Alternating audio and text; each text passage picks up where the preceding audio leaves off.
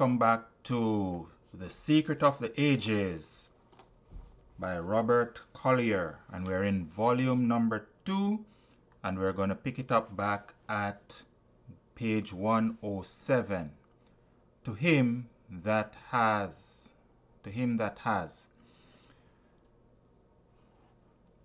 Take as an example the science of numbers. Suppose all numbers were of metal, that it was against the law to write figures for ourselves. Every time you wanted to do a sum in arithmetic, you would have to provide yourself with a supply of numbers, arrange them in their proper order, work out your problems with them. If your problems were too abstruse, you might run out of numbers, have to borrow some from your neighbor or from the bank. How ridiculous, you say. Figures are not things. They are mere ideas, and we can add them or divide them or multiply them or subtract them as often as we like. Anybody can have all the figures he wants.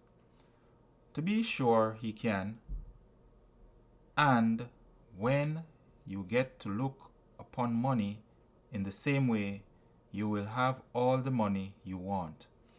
To him that has shall be given, and from him that has not shall be taken away, even that which he has. To him that has the right idea, everything shall be given, and from him who has not the right idea shall be taken away everything he has. Thought externalizes itself. What we are depends entirely upon the images we hold before our mind's eye. Every time we think, we start a chain of causes which will create conditions similar to the thoughts which originated it. Every thought we hold in our consciousness for any length of time becomes impressed upon our subconscious mind and creates a pattern which the mind weaves into our life or environment. All power is from within and is therefore under our own control. When you can direct your thought processes, you can consciously apply them to any condition for all that comes to us from the world without is what we have already imagined in the world within. Do you want more money? Sit down now quietly and realize that money is merely an idea, that your mind is possessed of unlimited ideas, that being part of universal mind, there is no such thing as limitation or lack. That somewhere, somehow, the ideas that shall bring you all the money you need for any right purpose are available for you. That you have but to put it up to your subconscious mind to find these ideas. Realize that, believe it, and your need will be met. What things soever ye desire, when ye pray, believe that ye receive it, and ye shall have it. Don't forget that believe that ye receive it. This it is that images the thing you want on your subconscious mind, and this it is that brings it to you. Once you can imagine the belief clearly on your subconscious mind, whatsoever it is that ye ask for, ye shall have it. For the source of all good, of everything you wish for, is the universal mind, and you can reach it only through the subconscious. and universal mind will be to you whatever you believe it to be. The kind and loving Father whom Yeshua pictured, always looking out for the well-being of his children, or the dread judge that so many dogmatics would have you think. When a man realizes that his mind is part of universal mind, when he realizes that he has only to take any right aspiration to this universal mind to see it realized, he loses all sense of worry and fear. He learns to dominate instead of to cringe. He rises to meet every situation, secure in the knowledge that everything necessary to the solution of any problem is in mind, and that he has but to take his problem to universal mind to have it correctly answered. For if you take a drop of water from the ocean, you know that it has the same properties as all the rest of the water in the ocean, the same percentage of sodium chloride. The only difference between it and the ocean is in volume. If you take a spark of electricity, you know that it has the same properties as the thunderbolt, the same power that moves trains or runs giant machines in factories. Again, the only difference is in volume. It is the same with your mind and universal mind. The only difference between them is in volume. Your mind has the same properties as the universal mind, the same creative genius, the same power over all the earth, the same access to all knowledge. Know this, believe it, use it, and yours is the earth and the fullness thereof. In the exact proportion that you believe yourself to be part of universal mind, sharing in its all power, in that proportion can you demonstrate the mastery over your own body and over the world about you. All growth, all supply is from the world within. If you would have power, if you would have wealth, you have but to imagine it on this world within, on your subconscious mind, through belief and understanding. If you would remove discord, you have but to remove the wrong images of ill health, of worry, and trouble from within. The trouble with most of us is that we live entirely in the world without. We have no knowledge of that inner world which is responsible for all the conditions we meet and all the experiences we have. We have no concept of the Father that is within us. The inner world promises us life and health, prosperity and happiness, dominion over all the earth. It promises peace and perfection for all its offspring.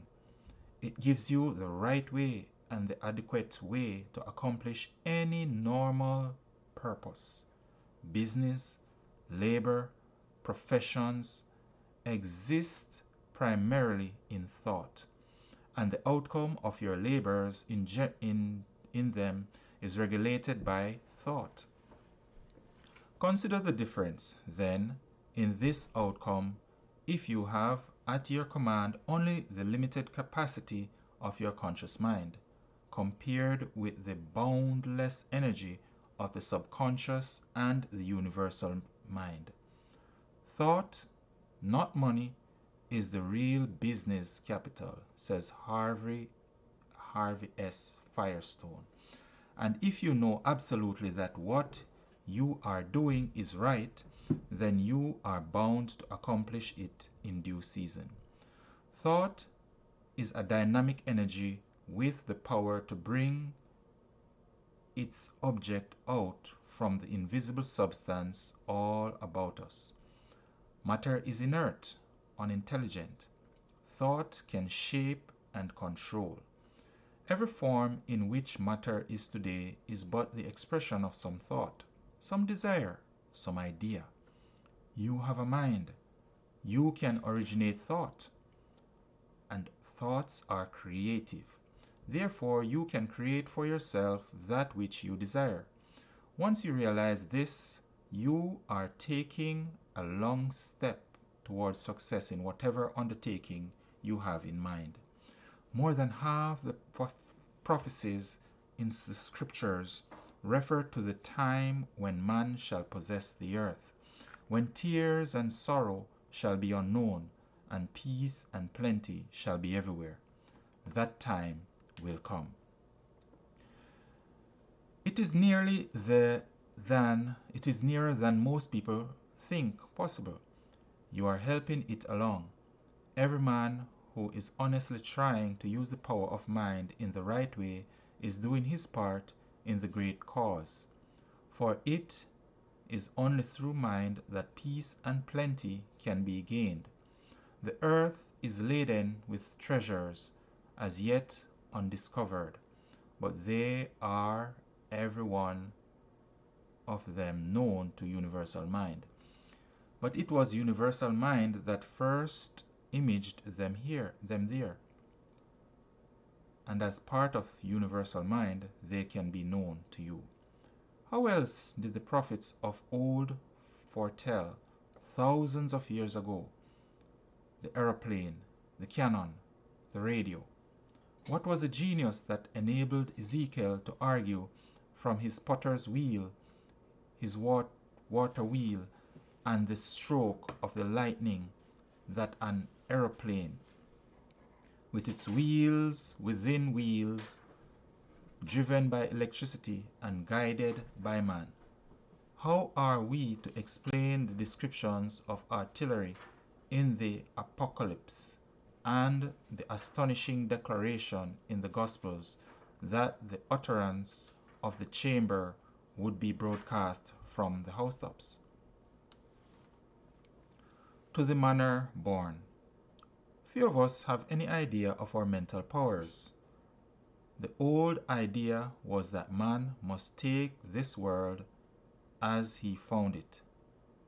He's been born into a certain position in life, and to try to raise above his fellows was not only the height of bad taste, but sacrilegious as well. An all-wise providence had decreed by birth the position a child should occupy in the web of organized society. For him to be disconnected with his lot, for him to attempt to raise himself to a higher level, was tantamount to tempting providence. The gates of hell yawned wide for such scatterbrains, who were lucky if in this life were incurred nothing worse than the ribald scorn of their associates. That is a system that produced aristocracy and feudalism. This is a system that feudalism and aristocracy strove to perpetuate. The new idea, the basis of all democracies, is that man is not bound by any system, that he need not accept the world as he finds it. He can remake the world to his own ideas, and is merely the raw material. It is merely the raw material. He can make what he wills of it. It is this new idea that is responsible for all our inventions, all our progress. Man is satisfied with nothing. He is constantly remaking his world, and now, more than ever, will this be true. For psychology teaches us that each one has within himself the power to become what he wills. Learn to control your thought. Learn to image upon your mind only the things you want to see reflected there. You will never improve yourself by dwelling upon the drawbacks of your neighbors. You will never attain perfect health and strength by thinking of weakness or dis-ease. No man ever made a perfect score by watching his rivals target. You have got to think strength, think health, think riches. To paraphrase Pascal, our achievements today are but the sum of our thoughts of yesterday. For thought is energy. Mental images are concentrated energy, and energy concentrated on any definite purpose becomes power. To those who perceive the nature and transcendency of this force, all physical power sinks into insignificance. What is imagination but a form of thought? Yet it is the instrument by which all the inventors and discoverers have opened the way to new worlds. Those who grasp this force, be their state ever so humble, their natural gifts ever so insignificant, become our leading men. They are our governors and supreme lawgivers, the guides of the drifting host, which follows them as by an irrevocable decree. To quote Glenn Clark in the Atlantic Monthly, whatever we have of civilization is their work, theirs alone. If progress was made, they made it. If spiritual facts were discerned, they discerned it. If justice and order were put in place of insolence and chaos, they wrought the change. Never is progress achieved by the masses. Creation ever remains the task of the individual. Our railroads, our telephones, our automobiles, our libraries, our newspapers, our thousands of other conveniences, comforts, and necessities are due to the creative genius of but 2% of our population. And the same 2% own a great percentage of the wealth of the country. The question arises, who are they? What are they? The sons of the rich? College men? No. Few of them had any early advantages. Many of them have never seen the inside of a college. It was grim necessity that drove them, and somehow, some way, they found a method of drawing upon the genie of the mind, and through that inner force, they have reached success. You don't need to stumble or grope. You can call upon your inner forces at will. There are 3 steps necessary. First, to realize that you have the power. Second, to know what you want. Third, to center your thought upon it with singleness of purpose. To accomplish these steps takes only a fuller understanding of the power that is within you. But what is this power? Where should you go to locate it? Is it a thing, a place, an object? Has it bounds, form, or material shape? No. Then how shall you go about finding it? If you have begun to realize that there is a power within you, if you have begun to arouse in your conscious mind the ambition and desire to use this power, you have started in the pathway of wisdom.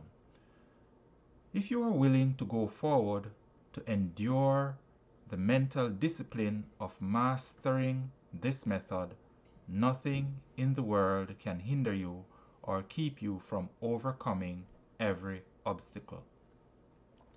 Begin at once, today, to use what you have learned. All growth comes from practice. All the forces of life are active. Peace, joy, power. The unused talent decays. Open the door. Behold, I stand at the door and knock.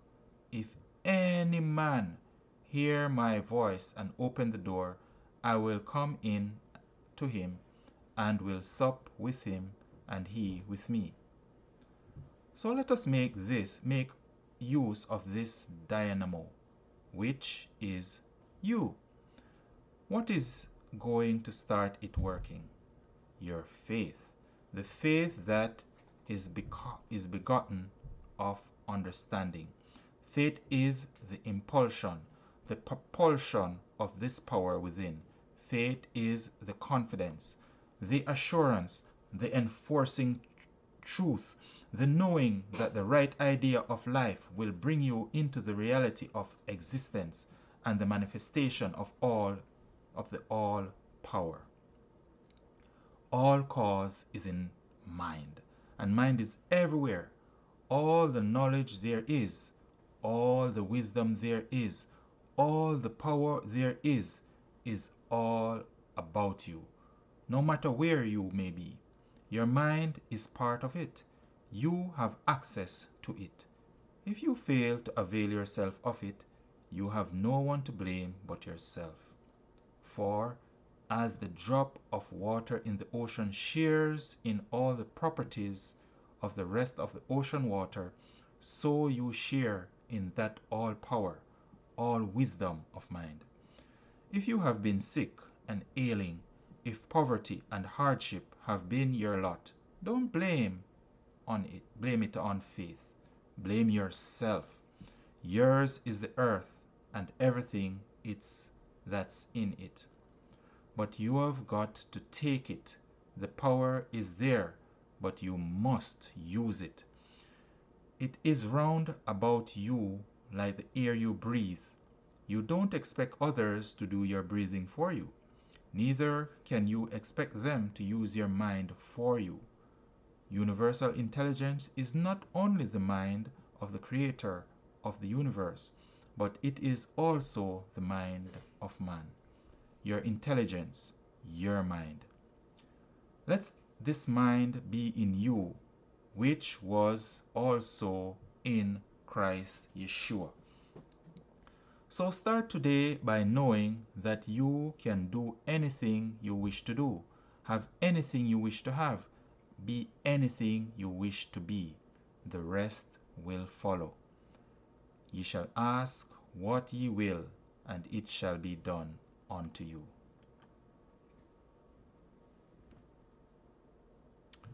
So that's the end of book number 2. Let's see what is here. And I hope you enjoy the reading of Secret of the Ages by Robert Collier. And put your comments below and let me know what you're going to do with this information. So until next time, I'll enjoy reading more of Secret of the Ages for you, and my hope is that you will benefit from this reading. See you around.